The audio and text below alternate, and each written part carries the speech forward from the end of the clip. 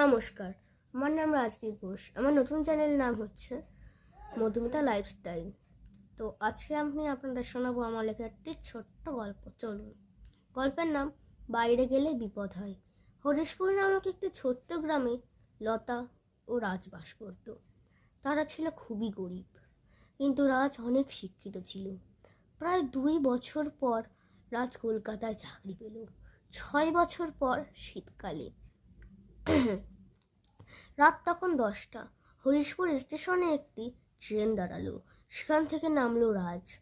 মাথায় কোকড়া চুল, দাড়ি তো নেই, পিঠে একটি ব্যাগ। রাত তো সবে 10টা।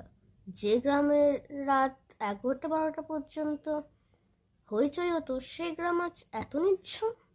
সবাই বোধহয় ঘুমিয়ে পড়েছে। তারপর সে হাঁটতে হাঁটতে পৌঁছালো তার বাড়িতে। রাজ ডাক দিল, লতা, লতা।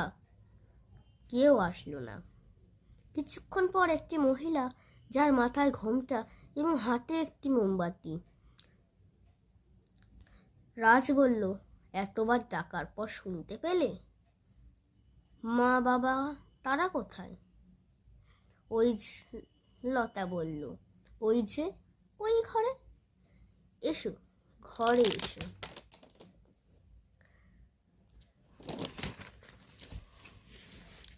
তারপর রাজ ঘরে ঢুকলো। লতা তাকে ডাল ও ভাত খেতে দিল। রাজ, শুধু ডাল আর ভাত, আর কিছু নেই? লতা বলল, না। রাজ বলল, একটা লেবু হলে ভালো হতো।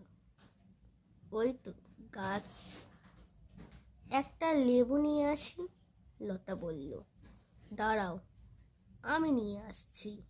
তারপর অনেক দূর হাত বাড়িয়ে গাছ থেকে লেবু নিয়ে আসলো। তা দেখে রাজ অজ্ঞান হয়ে গেল। সকালে যখন রাজের জ্ঞান ফিরল, সে দেখল সেই ঘরে কেউ নেই। পাশে একটি গ্রাম, গোপীপুর। সেখানে এক ভদ্রলোকের কাছে রাজ জিজ্ঞাসা করলো, ওই গ্রামে কেউ নেই কেন? ভদ্রলোকের নাম শিবা। শিবা বলল, কেন, আপনি জানেন না? প্রায় 5 বছর আগে ওই গ্রামের সবাই মারা গেছে। সে কথা শুনে রাজ অবাক হয়ে গেল। সে আবার ফিরে গেল কলকাতায়। নমস্কার।